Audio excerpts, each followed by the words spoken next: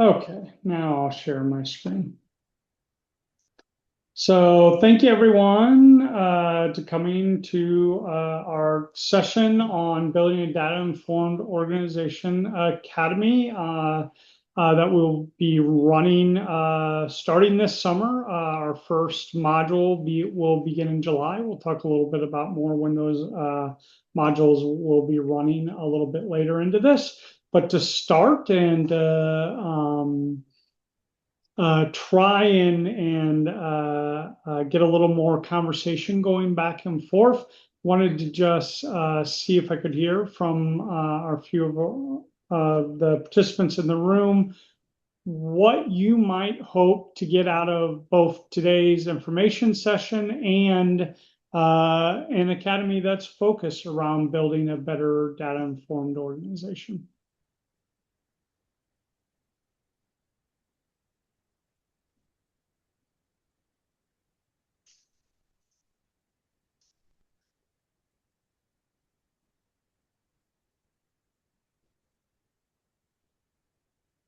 We have three of you in here, so I can actively call a name. Elena, I saw you came off of mute. If you would like to go first, that'd be great. Sure. Small institution, few staff, right? So we have an IR office that runs required reports. Very busy office, one person. We have me who coordinates a very decentralized outcomes assessment process. We have some institutional surveys.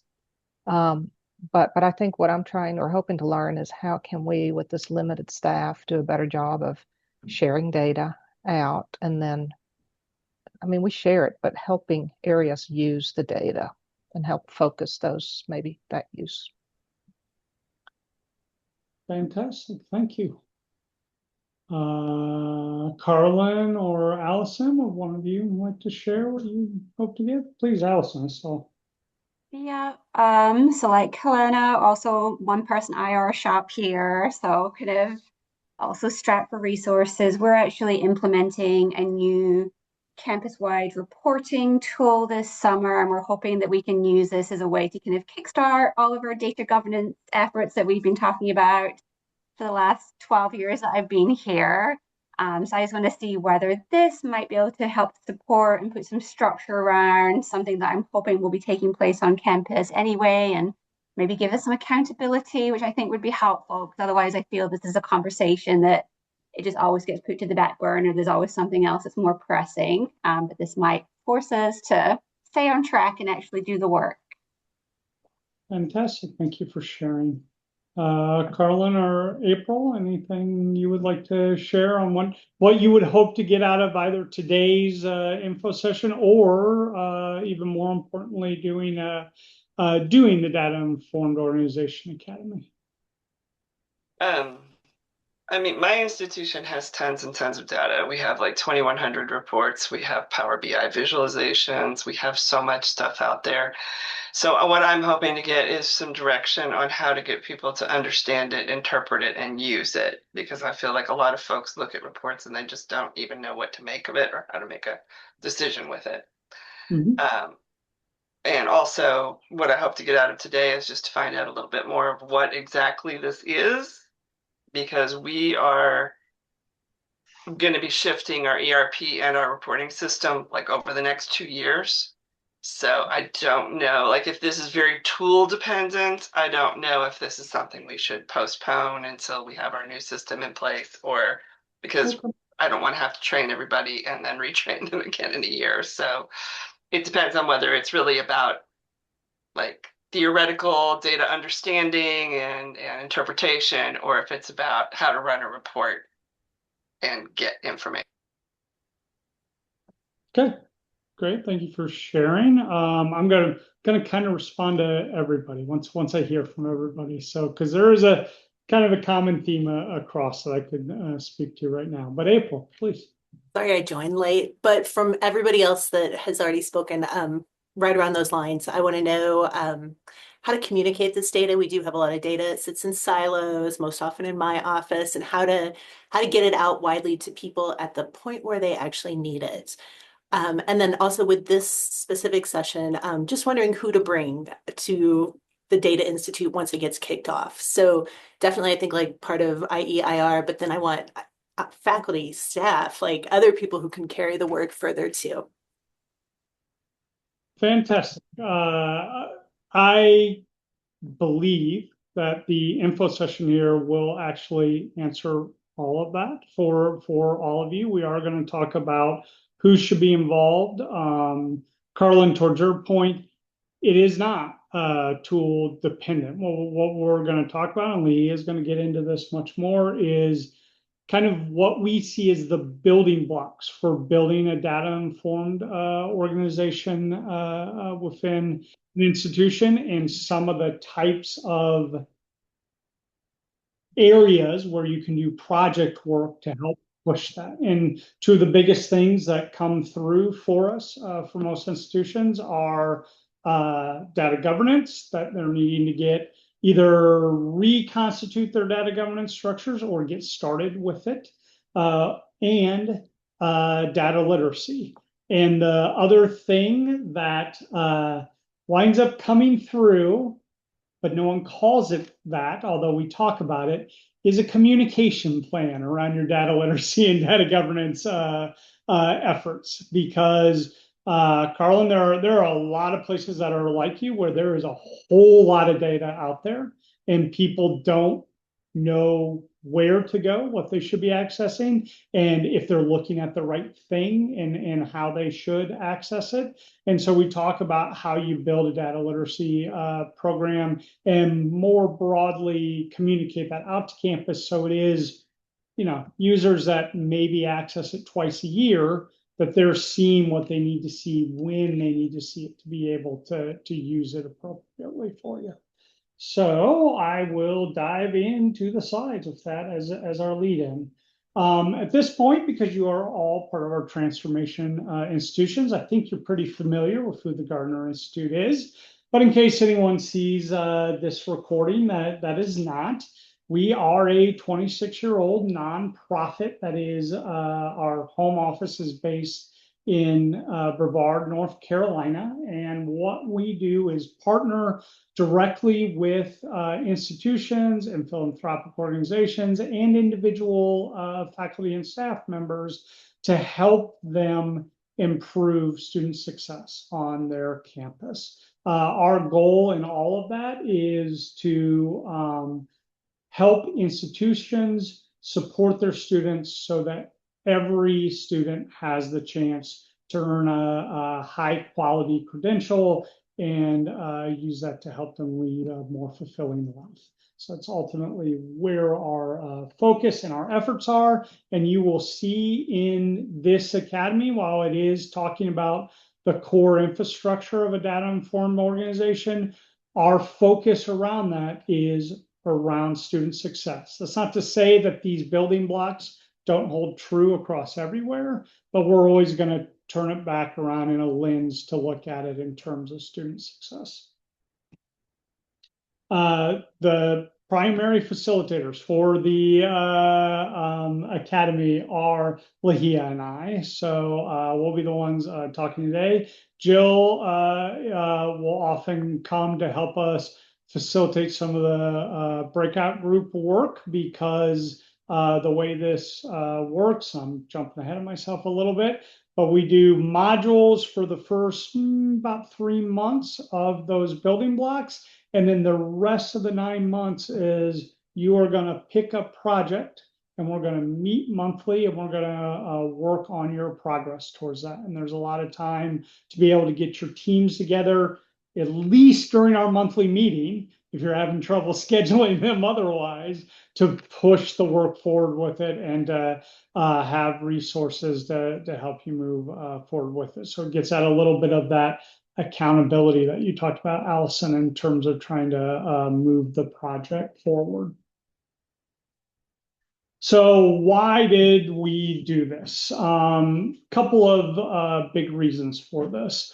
One is you've all done sense making at this point, and you have seen that for your institutions, it is very likely IR was one of the capacity areas that had one of the lower ratings with it. We're seeing that that is often true, not just across our transformation schools, but broadly across the nation. And we are finding that more and more when we do these sense-making conversations, that it isn't as much about the infrastructure of data accessibility as it is around the governance and data literacy with it.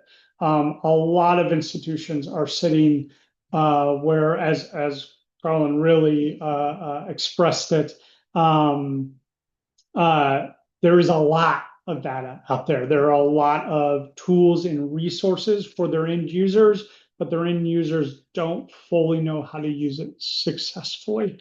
And so you really need to think about how you structure yourself to allow for that to occur. And I ultimately believe that as generative AI continues to get better and better, many of the things that were the task work of what we did in IR and IE are gonna fall away a little bit. And where we really need to be at is more of this consultative and training role. And that's why we really talk about the importance of governance and data literacy within this. The other reason why we did it is when we were having these conversations in sense making, it became very, very clear this is something that almost all of our institutions need to invest a little time and effort around, whether you're a smaller institution with a one-person shop, or we have a couple big R1s that are in this that have a pretty big level of resources in terms of what they can bring to bear, but they still run into the same issues where they have a lot of information out there, but it's not necessarily well used by their end users, and they're trying to figure out how they better do that with it. So I've kind of touched on this a little bit, but I'll just re-emphasize it here with the slide, is that the Building and Sustaining a Data-Informed Organization is a year-long community of practice. We now call it an academy, but that's because there is a almost course component on the front end, and then we have the remaining 9 months as the continuing community of practice to work on your project work with it.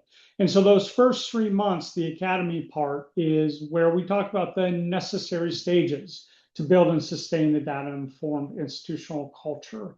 And when we think about that at Gardner, what we mean is that you have the existing infrastructure that allows your faculty and staff at all levels to access the appropriate data that they need to perform their jobs well. That means in some cases, both operational as well as more static key performance indicator data, and that you can continue to provide the ongoing governance and training necessary so that your end users can use that information effectively to improve student success on your campus.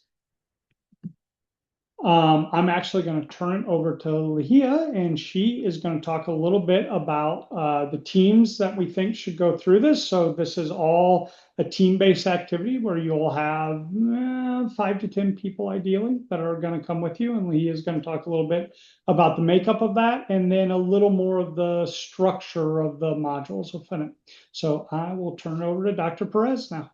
Thank you, Dr. Brent Drake. Hello, everybody. I'm Ligia Perez.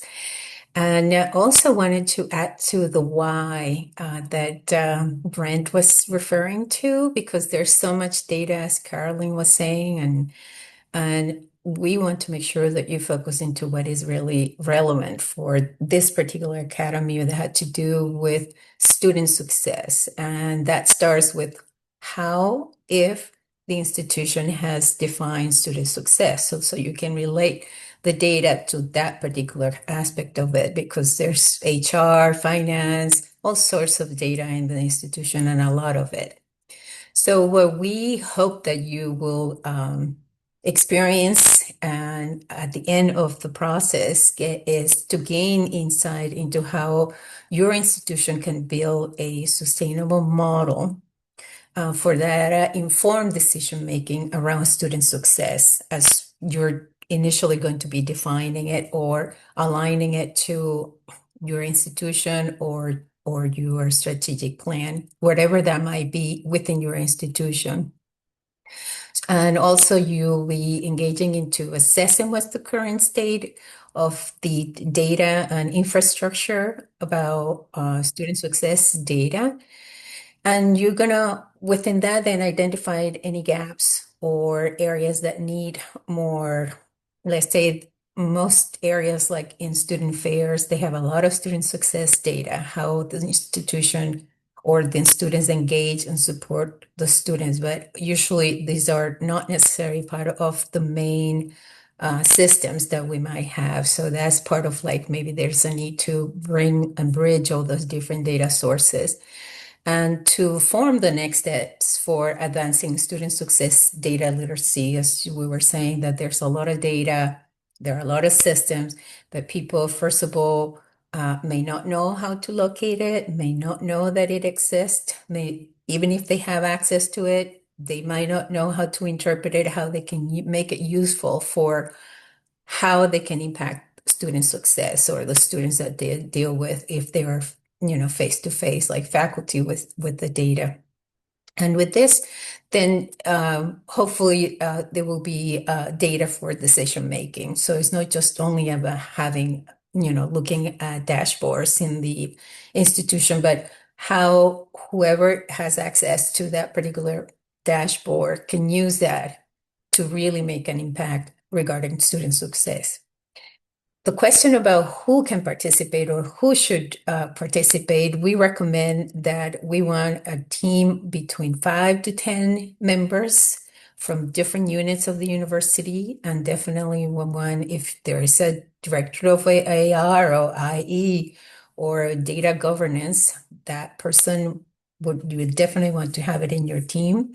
The same as representatives that from academic affairs, student affairs that have impact in terms of decision making or have the ear of those ones that make decision making so that they could be moving forward and moving the needle with the existing data.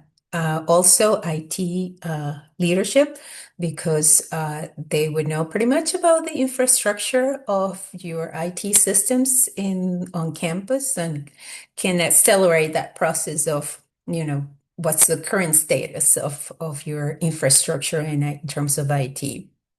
And definitely we want to make sure that you have at least one faculty member, probably more than one, from different disciplines or different colleges and schools, so because they bring an important experiential factor and they have direct face-to-face with the students, and they're one of the first ones that can actually act on leading student indicators. So, and then any data champions that you might have on your institutions, other staff or faculty that these are individuals that they either generate at a local unit their data and use it or use a lot of data throughout the institution that can bring a very interesting perspective on how can you bring that model that we're talking about and communication plan about data informed culture, which has a lot to do with the governance as well as with the data literacy. Next, please. So we have the first aspect of this experience as 6 modules. There are 2 per month, every other week. They're about 90 minutes each. And in this approach, you will be doing a self-assessment to evaluate the current state of your data usage and support. Identify steps necessary to advance and sustain the data usage. You can see where in your institution who's using the data, who's using dashboard at their dashboard. So you need to create some. Also, you're going to be undertaking an institution-specific project related to any or all of the 6 outcomes as a capstone project. And one of the comments that we hear a lot in the institutions that have participated in this academy community of practice is that they learn a lot from working within groups, because these are from different units of the university as well as between groups, other institutions. So they might have, some institution might have already experienced something, implemented something, created something that can share with someone that is getting ready to do that. So the 6 modules have one, as we mentioned early, that you will be defining student success.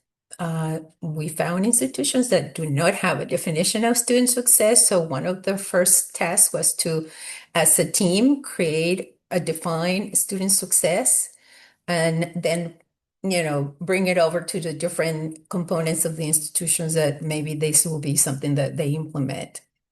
Then when that student success has been defined with the institution, is to identify what are the metrics that you would know if you achieve or not that success. So it could be something very for very long periods of time, or something more close to being feasible within this time frame that you will have.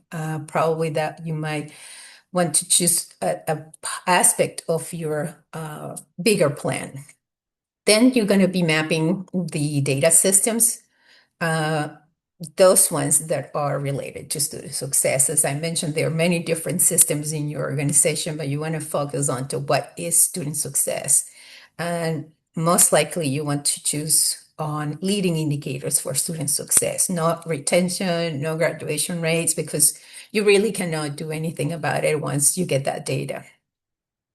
And also part of the component of data literacy will be and data governance, the part where they kind of interlace, is developing the access role to those different data. So deans will have a different access to different student information versus faculty or versus student affairs. And once those roles are defined, then we move into module 5 to increase the data literacy for all those roles. And I can relate to those ones of that said the IR of one person. I was one of those ones at one time, and I really needed to work with throughout the university with different stakeholders that as a group we could work in implementing any of this data literacy. So don't feel like because you have the IPEDS key and you have to do all this for the institution that you have to also do only yourself as developing data literacy. It will be something more of cross units.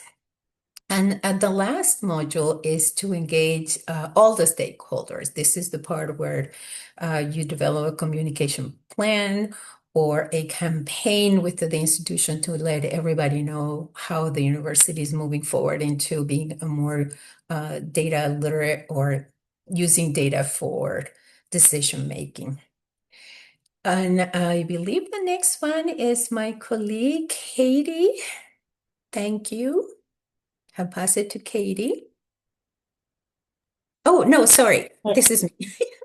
Yeah. So because we already have 2 cohorts of organizations, these are some examples of the projects that institution had engaged in this year-long community of practice. So most of them created or established a data governance task force that will have sub-task force within them to either establish the data literacy definitions, conduct audit of existing data availability, building a data dictionary. Some of them that was like the biggest project for them, because they had different definitions for different types of students, and they had to report to different entities besides their IPEDS.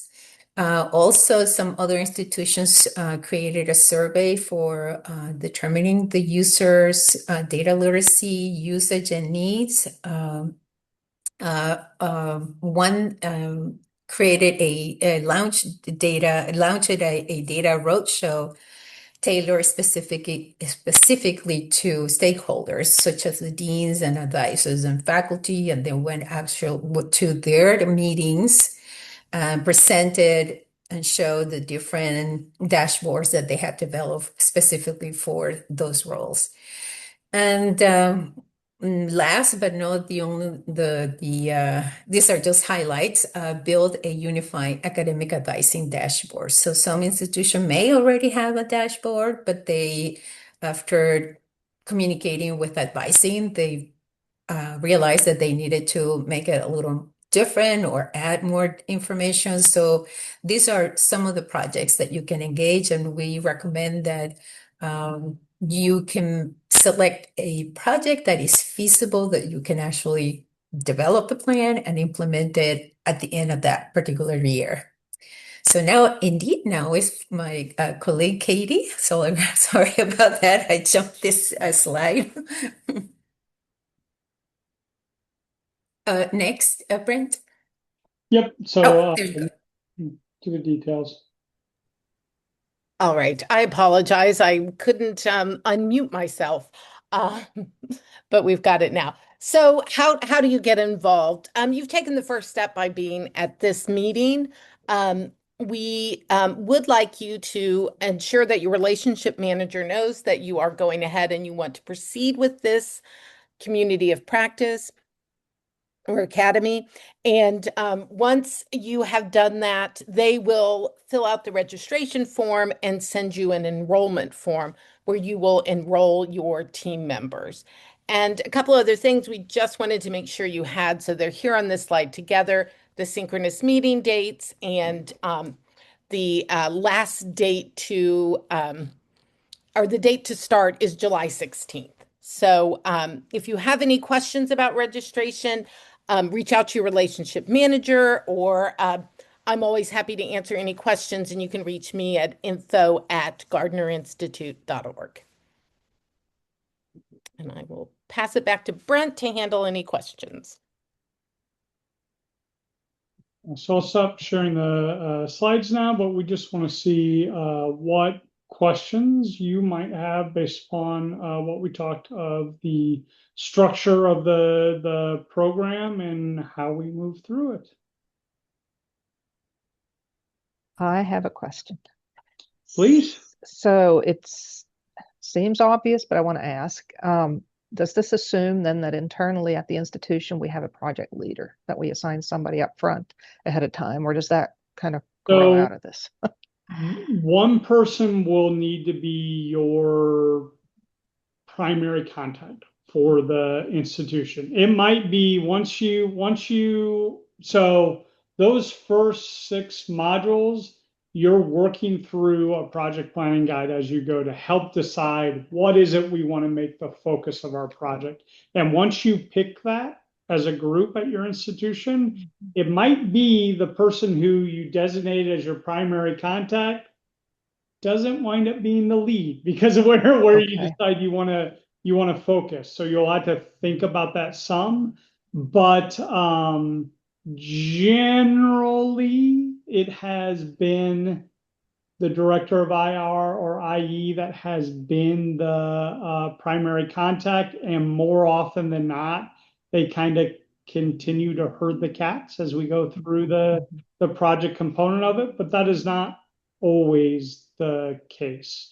The institution that did the data roadshows that we talked about, it was actually a member of their advising staff that did the organization of running through those with it, because they helped IR in terms of doing some of the presenting with it and helping them get directly in with the departments. And the institution that decided to build a better unified dashboard for academic advisors that pulled in 3 or 4 different data systems It was actually their vice provost for undergraduate education who wound up leading the project.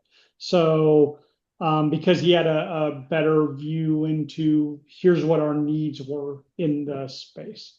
So it can evolve over the year you're with us, but generally the point of contact is normally your director of IR or IE, and that person tends to wind up being the chief cat wrangler. So And if I can add too, because we have a learning management system with that template with the 6 modules that maybe one individual can pretty much populate the data so that everybody would have the content at the end of those 6 modules towards their project. And it helps kind of see all the details that have gone Okay. through by specific to your institution.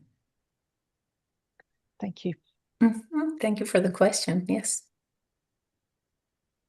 I mean, that's part of the problem, right? Having somebody who is that obvious, that's part of what's lacking, right? Because it's so decentralized. So yeah, figure that out. so some of it might be whoever you think can Yeah. build a coalition of the willing with it, and at least start with that as your primary point person, and then as we're going through the modules and planning out, can be discussion during team time about, okay, this is where we're going to go. Who needs to be really involved to make this successful, and thus who should probably be leading that effort. So.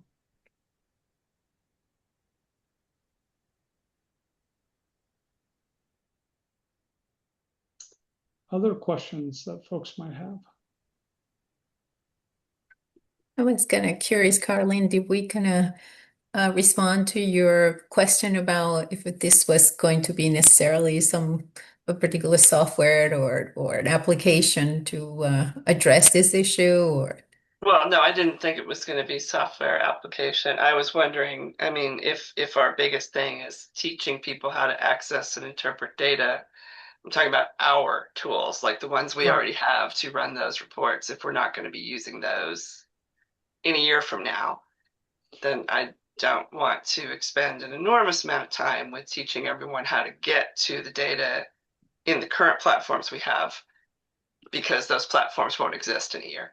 Yeah, and I understand that. What I would say towards it that can be very helpful in this space is, as you're thinking about a data literacy training program, having a mechanism for gathering what your end users' biggest needs are within it. Because like you said you had 2,100 reports that exist out there. You might know all 2,100, and if you do, man, you're amazing. But you No, I would don't. probably be the only person on campus that. No, they're definitely designed for specific areas. They have Right. asked us for So- this particular, set of data report that they need. So building out the mechanism for gathering, okay, what is it for the population we're going to talk to mostly needs to know, so we can think about that structure as you move into the new system. Mhm. And then, okay, those key reports that you were doing in the old system, likely there will be something that is very much like those Yes. in the new system. And so a big part of talking about it is, yes, there is some of the mechanism of here's how you get to it and you navigate and find it and all that. But the bigger part is, what are those underlying data elements within it? Why do we use them? Why do we use them at this specific time in the year? Why this is the report you should focus on to answer those broad questions. You can get all of that set up and structured and ready to go. And yes, a little bit of it needs to change a little as you change systems, but the core is still there. So. Yes. Yeah. And I guess it would depend on what your project was too. I mean, if ours was designing a training system, for example, then we could do that with a view to the fact that we are shifting. Yes. Right? Yeah. Absolutely. Absolutely. Other questions that folks might have? May I just ask a quick question? Sure, Allison. So should the project be something that kind of more ties directly into student success? Like I feel at my institution, we have so many data challenges, but for this specific, So clearly we emphasize that a great deal in what we're doing. And in that the first module is all about, hey, defining student success at the institution. How are you doing it? And thinking about what are your leading and lagging indicators with that. With that being said, the fundamentals of what does your infrastructure look like? How do you build better integration throughout it? How do you determine your governance in terms of access, data dictionary, and security? What are you doing in terms of data literacy, and how are you communicating that? That can work for any component of data at the institution. We have a school that originally came in this year, that is in the community of practice this year, that came in originally with the intention of being entirely focused around their space data and space management. They have since decided to expand from that, from where they are at, and are building much more of a broader data governance structure with it. But that was the lens they approached it from, was talking about it in terms of space data. And then as they started talking about their challenges in that space, they realized we kind of need a broader overall arching data governance structure that we just don't have very well right now. And so they expanded out from there.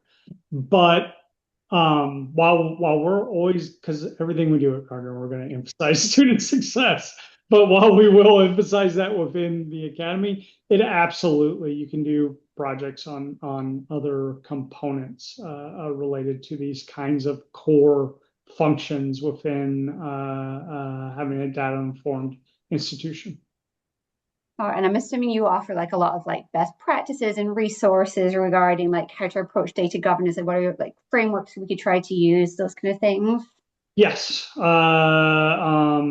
So we talk a lot about, so we give examples of different models that have been used at different institutions in terms of approaching it.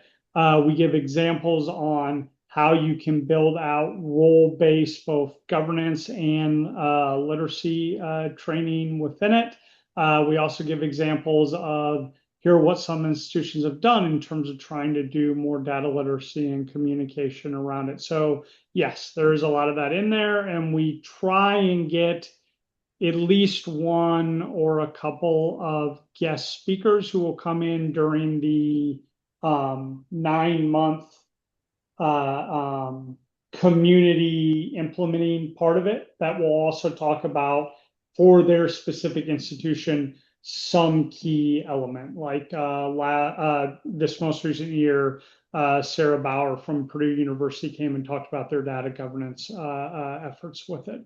So we try and bring in one or two guest speakers as well that can talk very specifically about here's how we did it at our institution. All right, that sounds good. Thank you.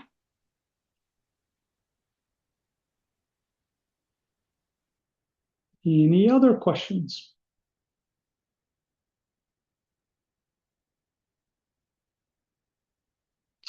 Okay, then, as Katie mentioned, if you are interested in participating this year, please let your relationship manager know. They will fill out the registration form for you. You just need to know who that primary point of contact is going to be, because that's who will get the enrollment form where you'll enter your team members into it. So if you want to participate, start thinking about who is that point person going to be, and start thinking about who would we want on this team, and start reaching out to folks to say, hey, are you willing to do this with us? So I would highly recommend that as the next steps with it. Also, as Katie said, since we recorded this, we will send the recording out to all of you. If you want to share this with any others on your campus, and also those who registered and weren't able to join us today will get it as well. So otherwise, I hope everybody has a great rest of the day and a good start to the week. Katie, was there anything you were wanting to say? I saw you came off mute there. I was just going to say thank you for attending. That's all. Oh, Mhm. Yes, thank you so much and for all your questions. Yes. We Thank you. appreciate it. thanks everyone.